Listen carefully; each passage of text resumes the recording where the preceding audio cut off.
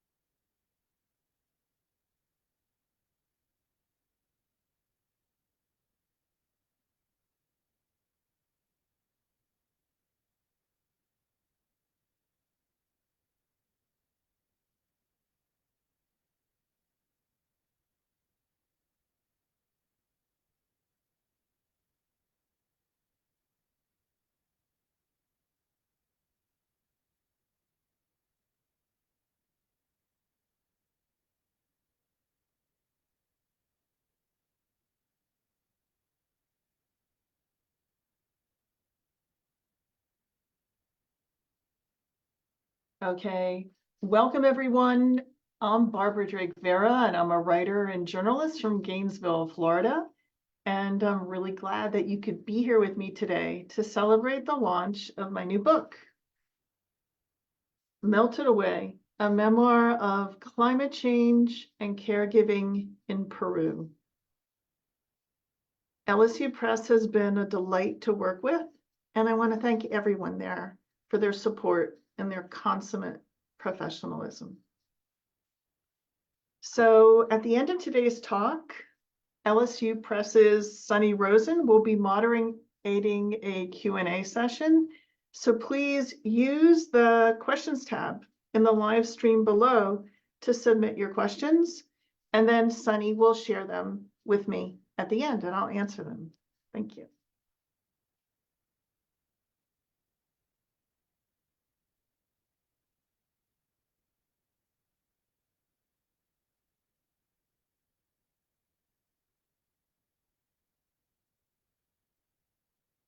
Okay, so let's begin. Melted Away is a memoir set in modern day Peru. It is a story of personal and family transformation that revolves around two issues of global importance: climate change and caregiving, and specifically in my case, caring for an elder with Alzheimer's. The cover of Melted Away features a photo by Jorge Vera of Mount Asongate, a 21,000-foot high glaciated peak in the Cordillera Volcanota in southern Peru. Asongate is more than a geographical feature in Peru. It is a powerful presence in the lives of the people of the high Andes. And I have gradually come to see Asongate that way since I first began visiting Peru nearly 30 years ago. Okay, so in today's presentation, I'll be talking about the book and I'll be sharing two short excerpts. Then we'll have the Q&A session. First, I'll give an overview of Melted Away, and I'll tell you about myself and what I was doing in Peru. Then I'll turn to climate change, and I'll talk about a very special Andean pilgrimage and the dying glacier that's at the center of it. After that, I'll turn to caregiving, and I'll talk about my estranged father and our Peruvian Alzheimer's adventure, as I used to call it. And then finally, I end with thoughts on hope and climate change activism.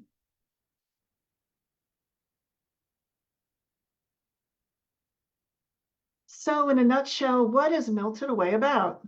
It's the real story of an American journalist abroad who overcomes the crippling legacy of her father's early cruelty by, paradoxically, becoming his reluctant caregiver in Lima after he is diagnosed with Alzheimer's disease. I am that daughter and that journalist. And upon reflection, I realized that I wrote Melted Away to share with others how even in the darkest times, transformation and renewal are possible. So that transformation grew out of my efforts to report on dying glaciers in the Andes and to help care for my father, whose cognition was also melting away due to his illness. And what made that change possible were my deepening connections with the people of Lima and the high Andes. They awakened my understanding of what we owe each other and also what we owe the natural world. And that understanding can be summed up by two expressions. The first one is Aini, which is a Quechua word that means reciprocity. It's both a concept and a daily practice in the regions of the high Andes and traditional communities. Aini. And the second expression is a Spanish one, con cariño, with caring affection. So you do something con cariño. And these are ideas and concepts and practice that I assimilated during my 7 years in Peru. So on the left is a map of Peru from the book, and it shows locations visited during the events that are chronicled in Melted Away. So we see on the desert coast, there's Lima and the desert coast and the port town of Callao. These are very important locations in Melted Away. And then to the south is Cusco province, and in it the Cordillera Vilcanota and mighty Mount Asongate, who you saw on the cover. He's there. And to the north, the site of the Coyariti pilgrimage.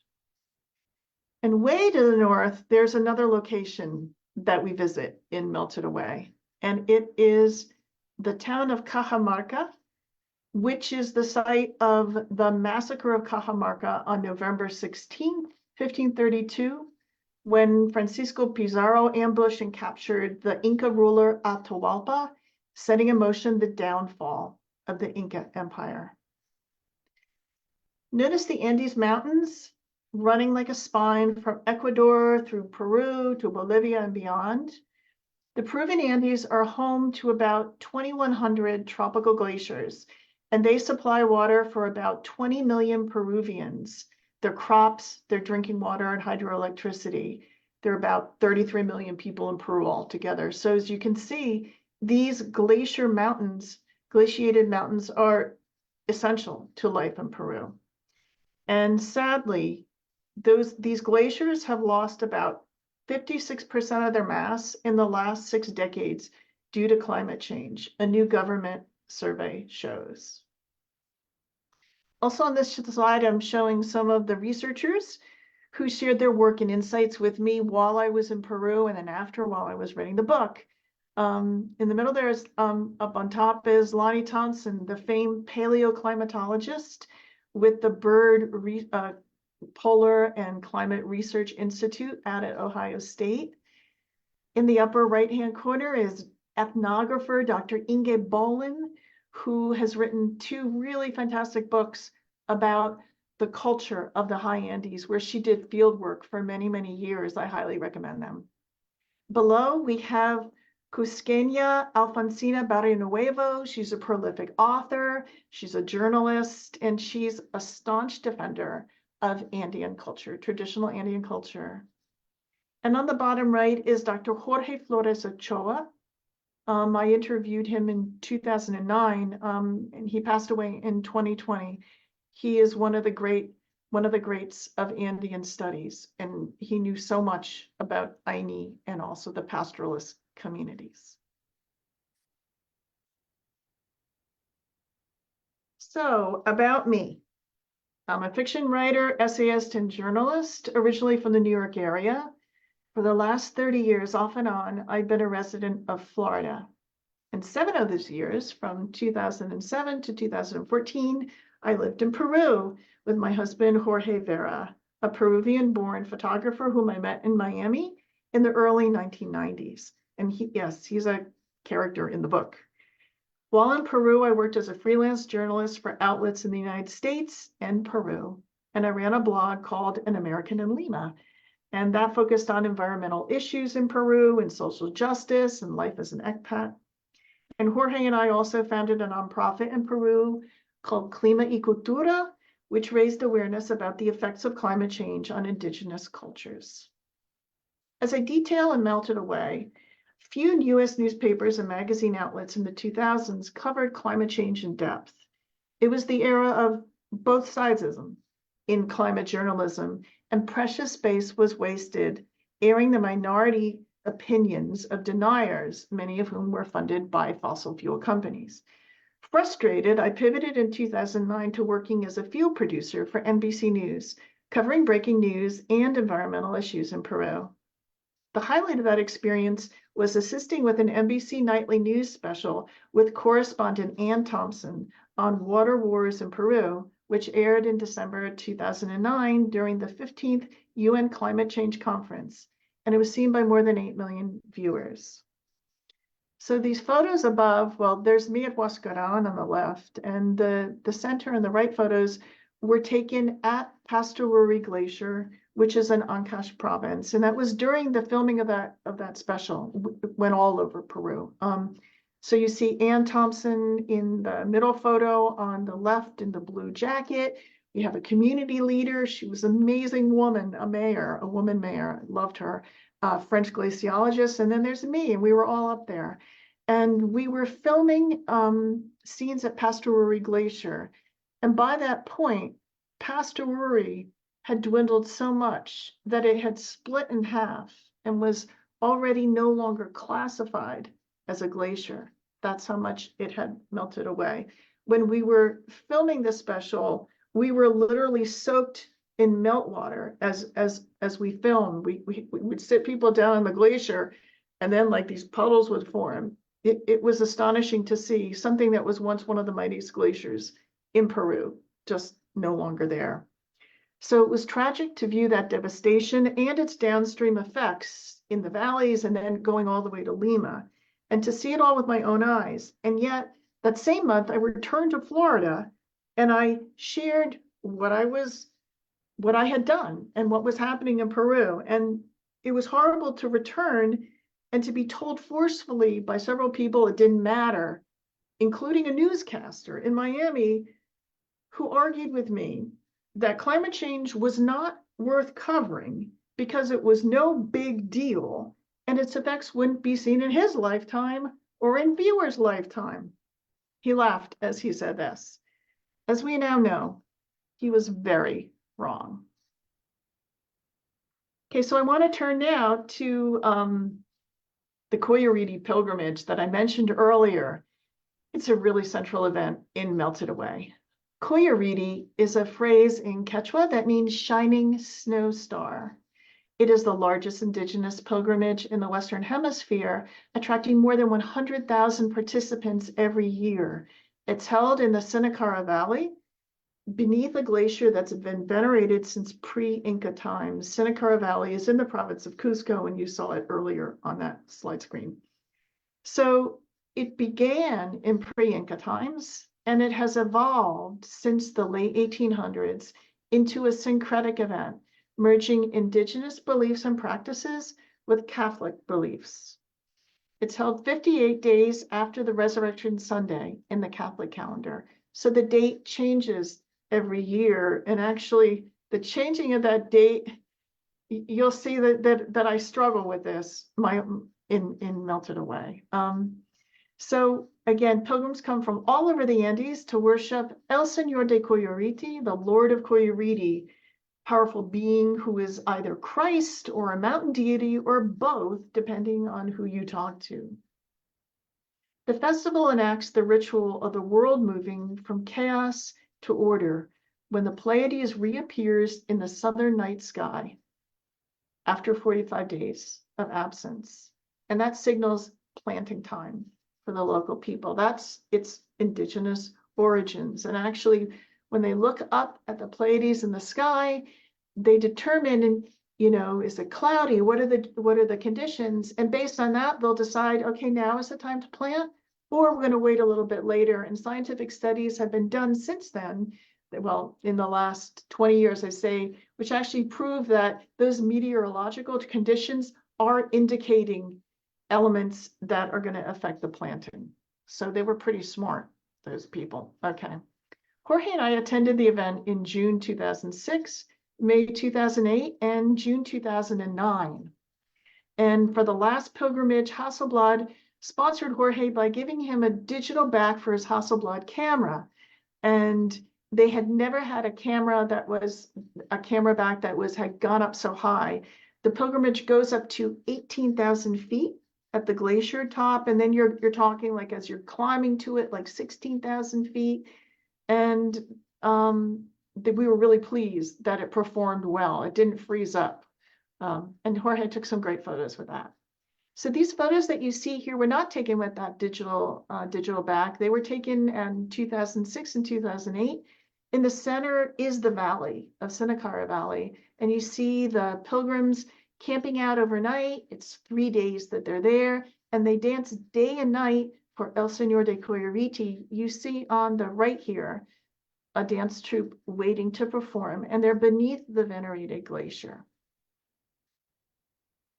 I could talk about this forever, and Andeanists could talk to you about this festival forever, but I'm going to go on to the next bit, okay?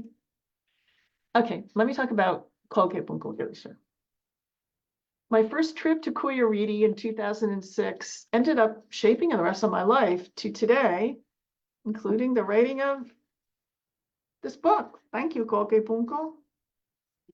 That first trip awakened me to the global climate crisis, and specifically, it was the moment when I came face to face with a glacier for the first time in my life.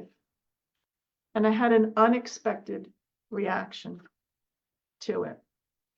So I'm going to start in the prologue to Melted Away. That prologue begins at that in the 2006 Coyoriti pilgrimage. So it's about a page and a half in from the point Jorge and I have flown into Peru from Florida at that point. We're still living in Florida, and we're with our guide Paco, who's really an important person in the story. And we are, it's my first time being so high, at such a high altitude. And I'm having trouble breathing and putting one foot in front of the other, but I just decided I have to get up there and see that glacier for the first time. And these photos are actually taken at that pilgrimage.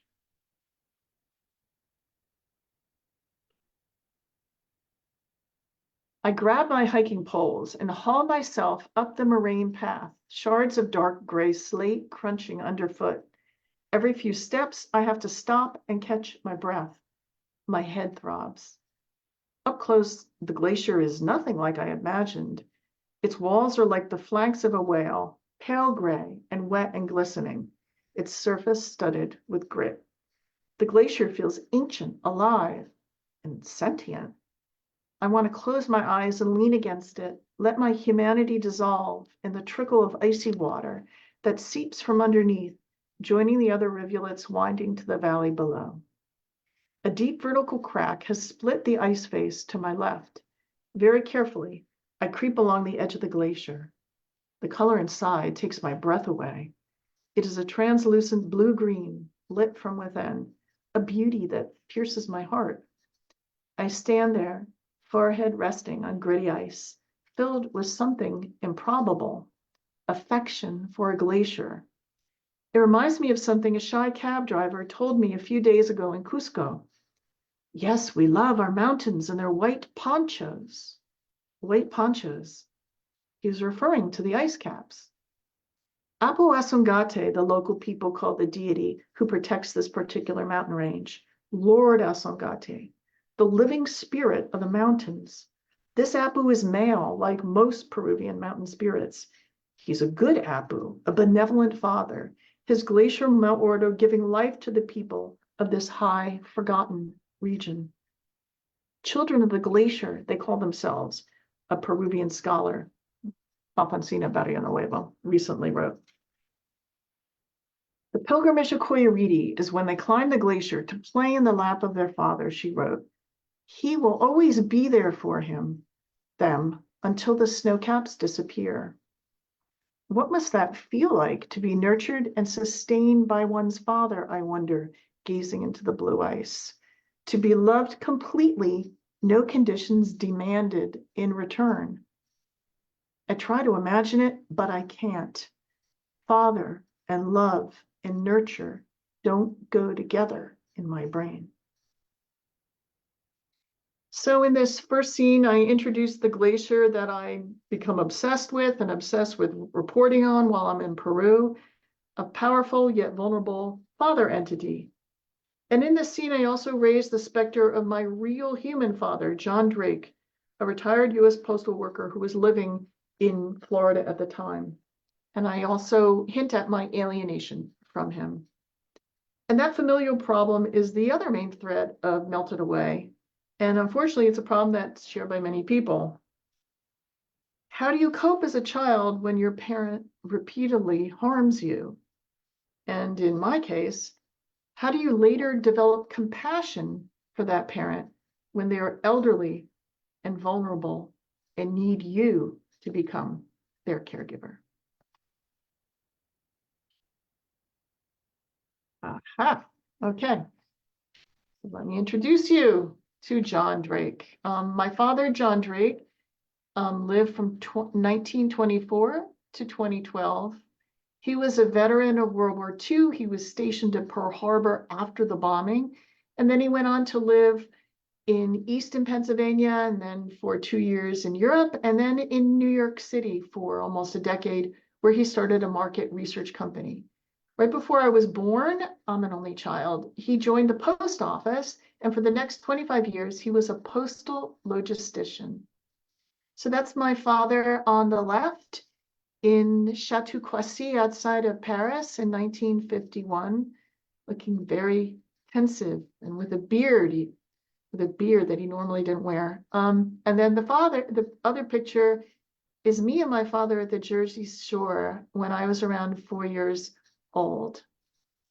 So my early years were spent in Bloomfield, New Jersey, and I was an enthusiastic child poet in the 1960s and 70s. And pretty soon after, I started writing poetry with the help of a teacher of mine, and then later, with my mother's help, I ended up getting my work published. I had work in McCall's magazine, children's magazines, and later I had a short story adapted for Zoom, the children's television program. And so by the age of 9, I was receiving fan mail on a regular basis. And I'd sit up at night and answer fan mail, and then I would always write new poems for the people who wrote to me. I was really busy as an author then, and nothing made me happier. And my mother was really pleased about it too. But as I share in Melted Away, my childhood was shaped by a growing consciousness that my father, whom I adored, didn't like what was happening with my writing. And in fact, he was jealous of me. And this caused tremendous rifts between us. At age 12, after a lot of confrontations, I quit at age 12 to please him. And then when I took up writing again a decade later, he retaliated in pretty vicious ways. And those events scarred me for decades, causing painful neuroses that interfered with my ability to write and publish freely and to trust others. Although this was pretty much hidden from view because, as you probably guess, I became a writer. But so I would never talk about this to anyone. I spent roughly the next 20 years running from him and secretly hoping that he'd apologize for having been such a jerk to me.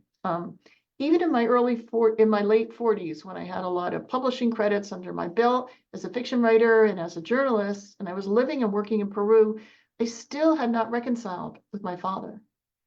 And it took a tragedy at that time for me to have the opportunity to finally change that dynamic. And that event was his being diagnosed with Alzheimer's and needing round-the-clock care in early 2011. And I admit it did not feel like an opportunity at the time. It felt like a prison sentence. So as you can imagine, it wasn't easy having to care for this person that I shared such a bad history with. But Jorge said at the time, while we were living in Lima, let's bring your father to Peru. It's affordable here. There's lots of home health care workers. We know how to do this. We'd seen other elders being cared for this way. And so I said, okay, let's give it a go. But I was really, really nervous about this whole thing.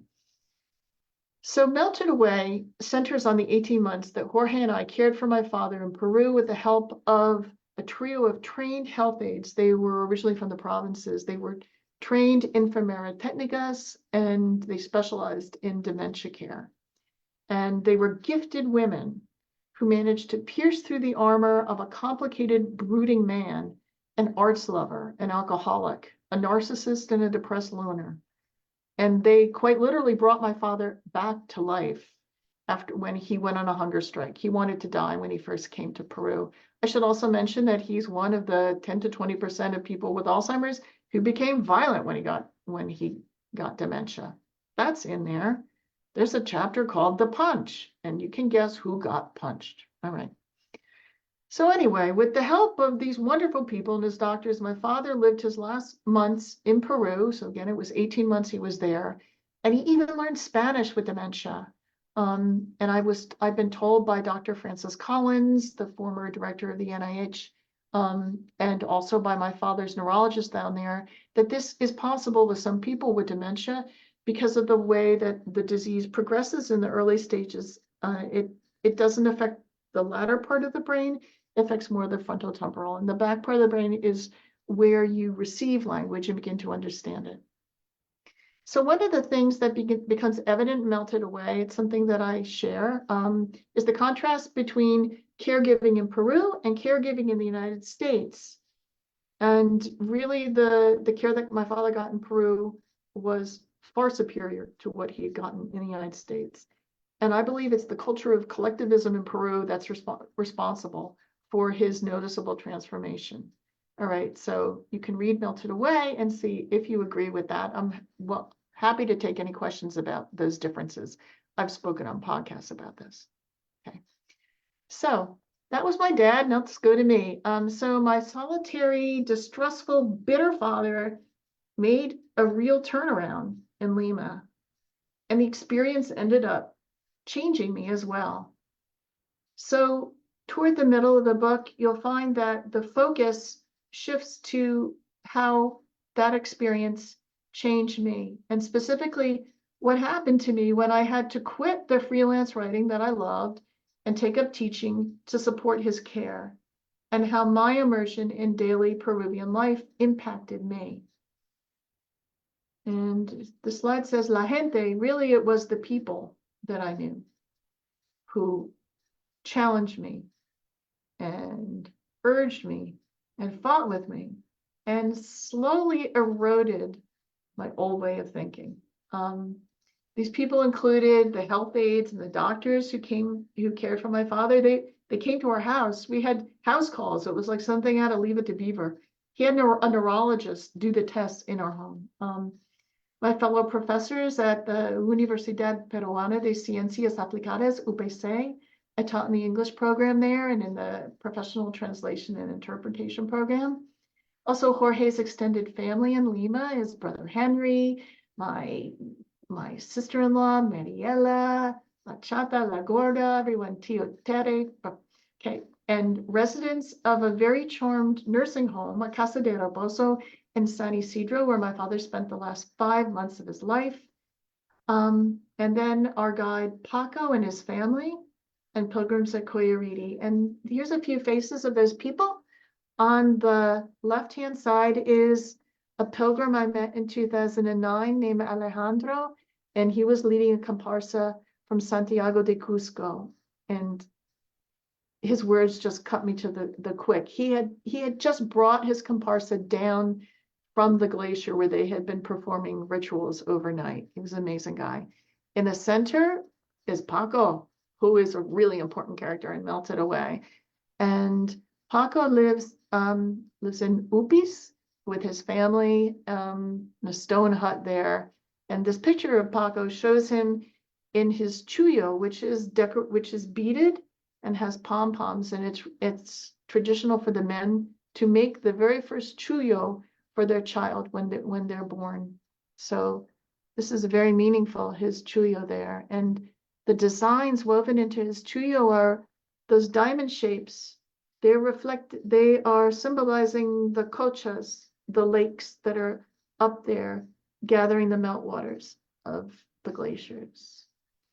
And on the right is a very special picture. It shows on the left our cousin Chata and our guide and our translator Nati, who translated Quechua to Spanish on our last jaunt around Mount Asongate.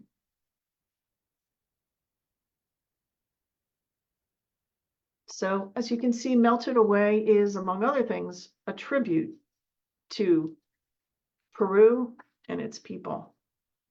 It begins in the Andes at the glacier pilgrimage at Coyariti in 2006, and it ends at the towering mountain to the south, Mount Asongate, which is about 13 miles away. They are due north and south. They are along these lines called seques that have been laid out since pre-Columbian times, and these are the pilgrimage routes that you walk. So in the last chapter, Chata and I and Nati and Paco complete a trek around Mount Asongate, which is legendary in Inca mythology. And we visit the remote hamlets in the mountain's shadow, including Pachanta, the land of the weavers.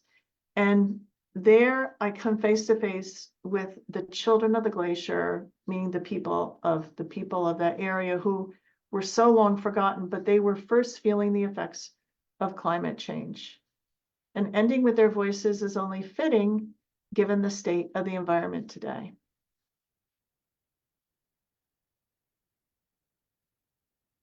Okay. So in the epilogue, I meditate today on my experiences in Peru more than a decade ago as a caregiver to a difficult father and as a reporter trying to raise awareness of climate change effects.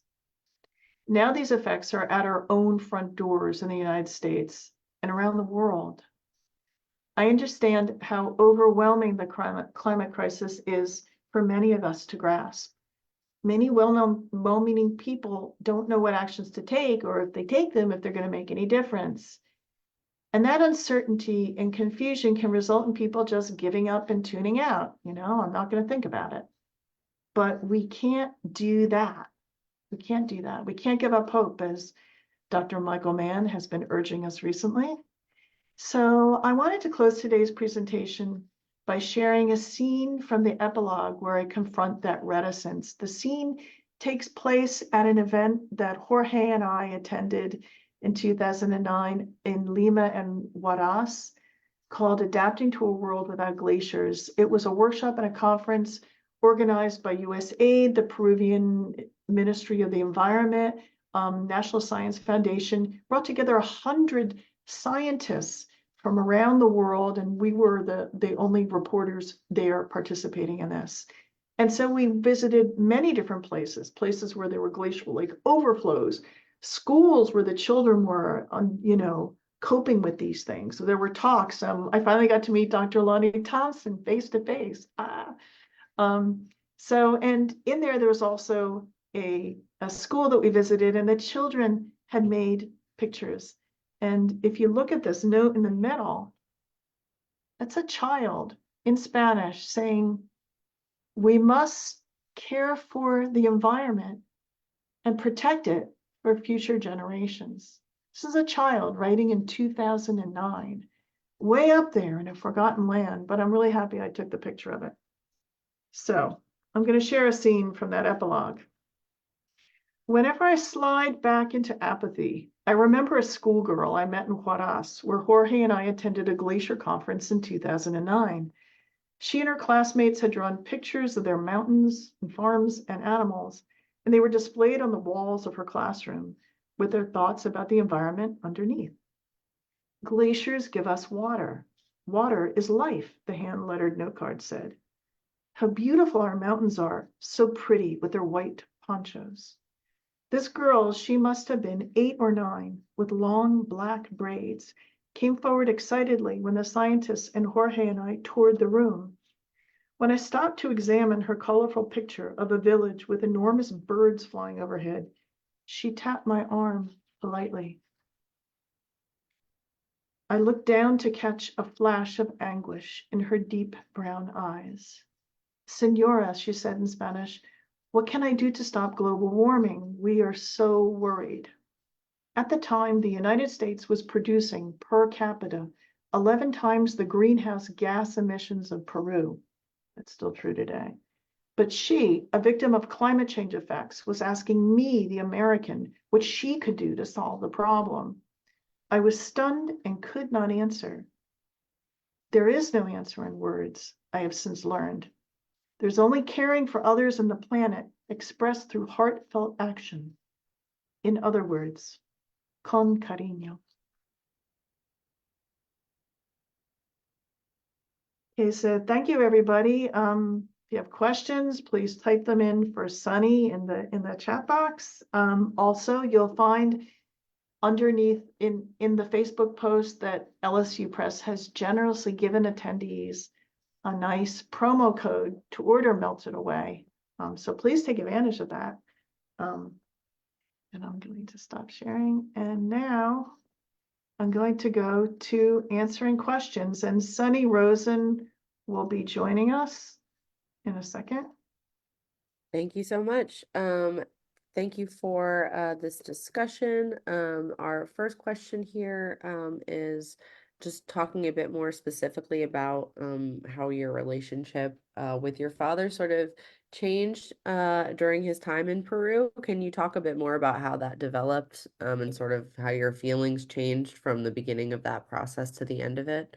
Oh, okay. That's a great question. I just want to preface it by saying that my book is written as a kind of through narrative, more like a novel than like very meditative and looking back. That's the way that a lot of memoirs are, like kind of reflecting backward. I take you through the events through time.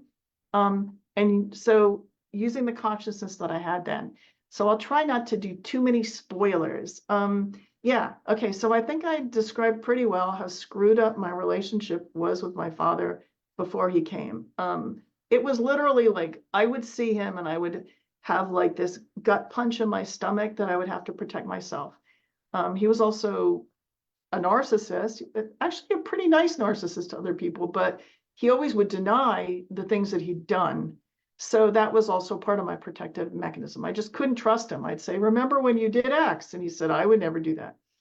So when he first came there, I was very wary.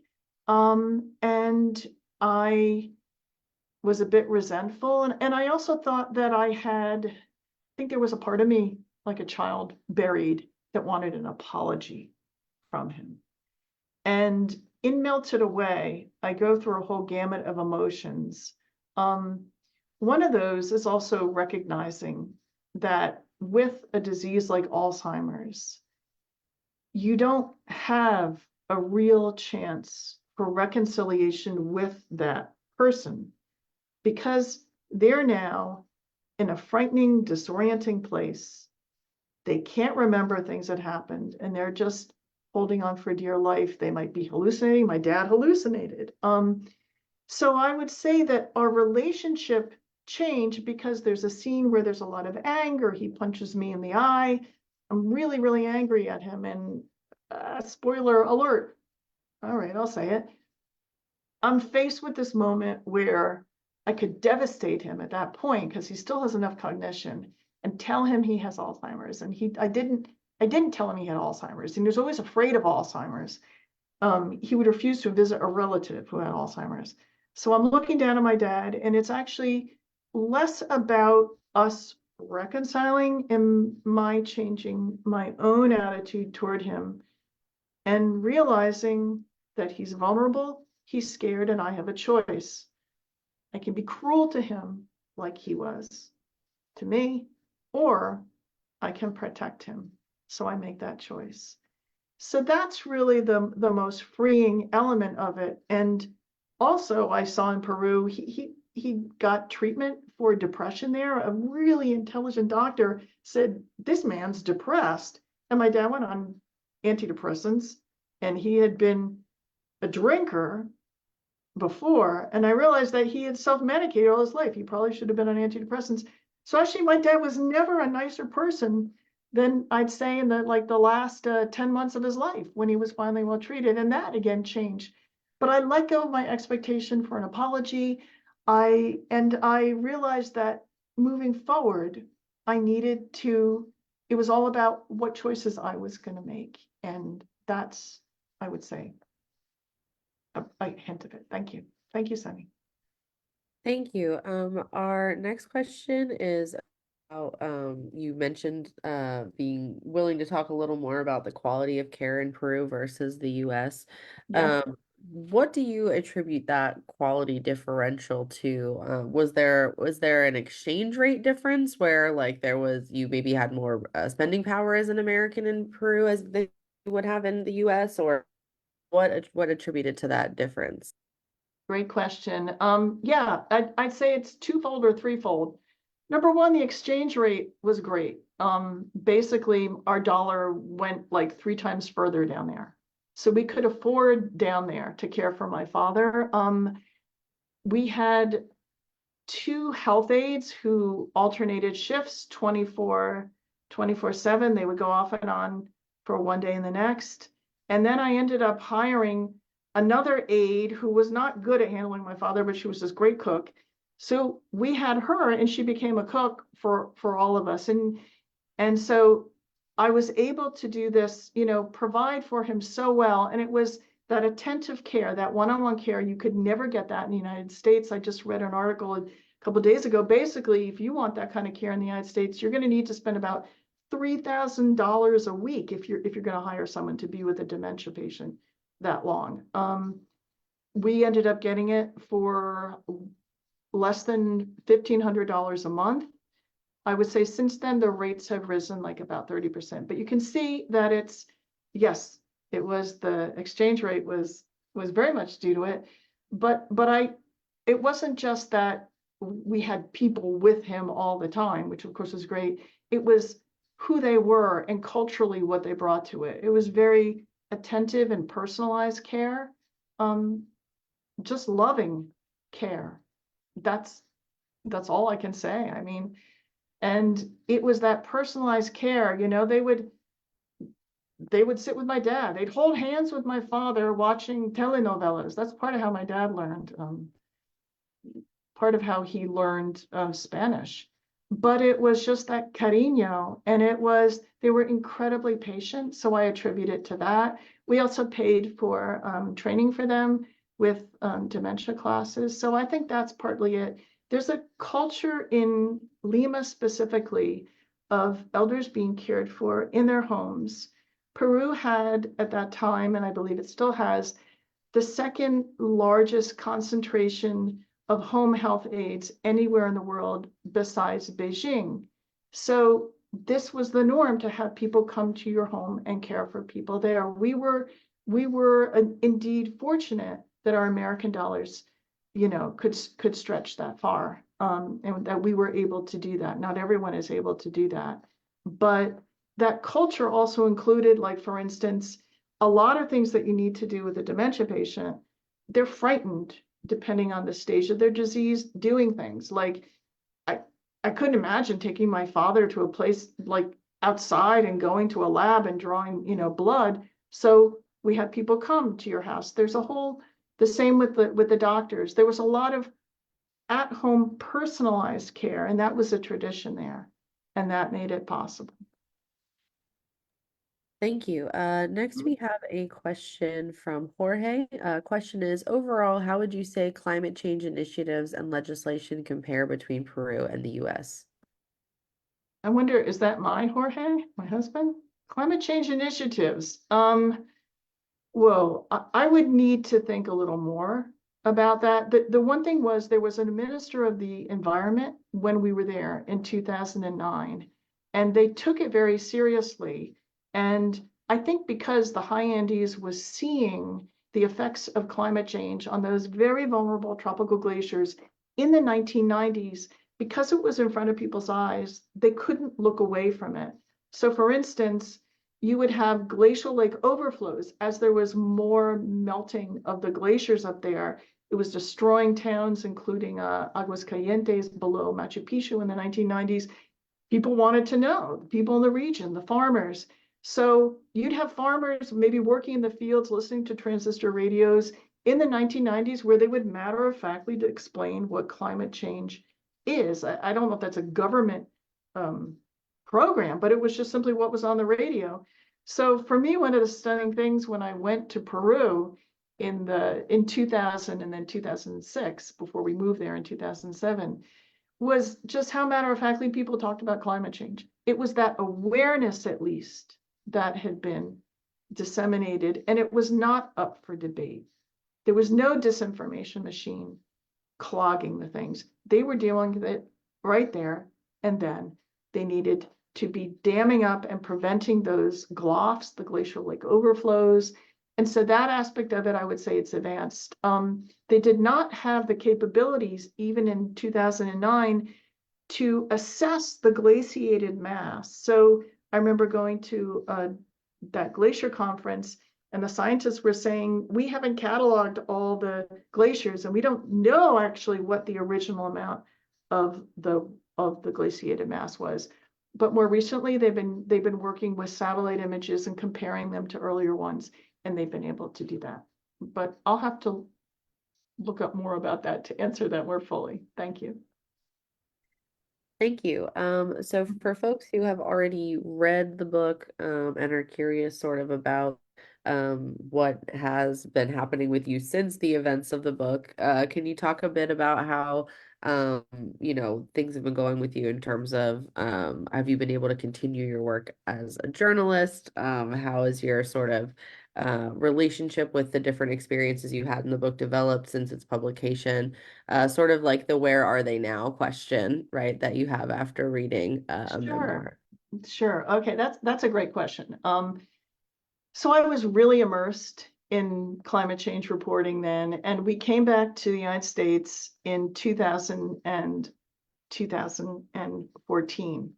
And at that point, I felt like I didn't have anything more to do with climate change. I began teaching at a language institute at the University of Florida.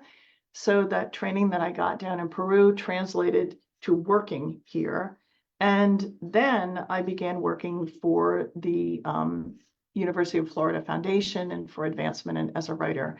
But what you have to realize is that was not reporting on climate change for these, for the last 10 years, but very, very curious. And recently I left my job at the University of Florida, and now I am engaging with opportunities to be writing about climate change in Florida, because really the lesson of my book is not, oh gee, look, this happened in Peru in the 2000s and the 2010s.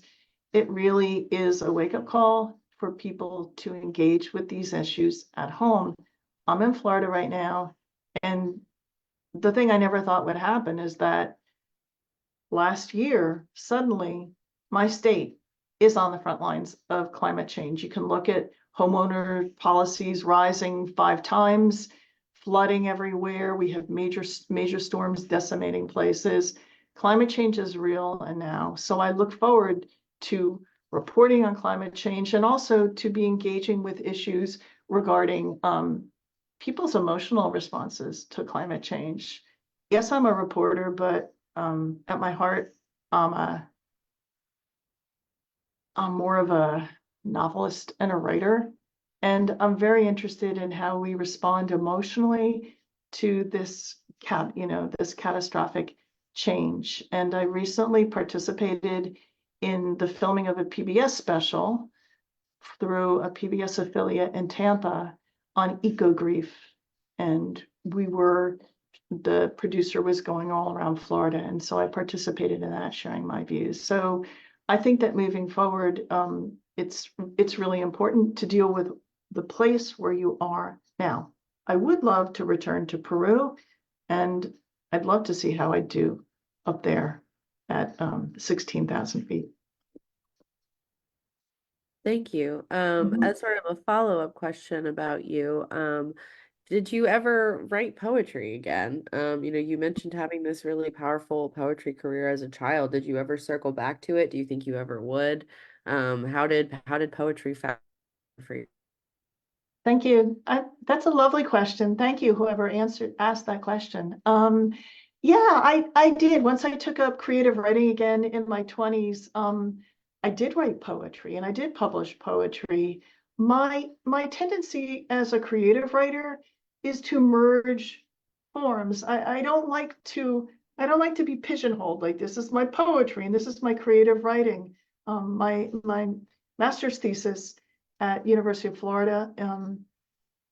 In that I have works, what I guess you call cross-genre works, in which I combine poetry with essay, with all sorts of things.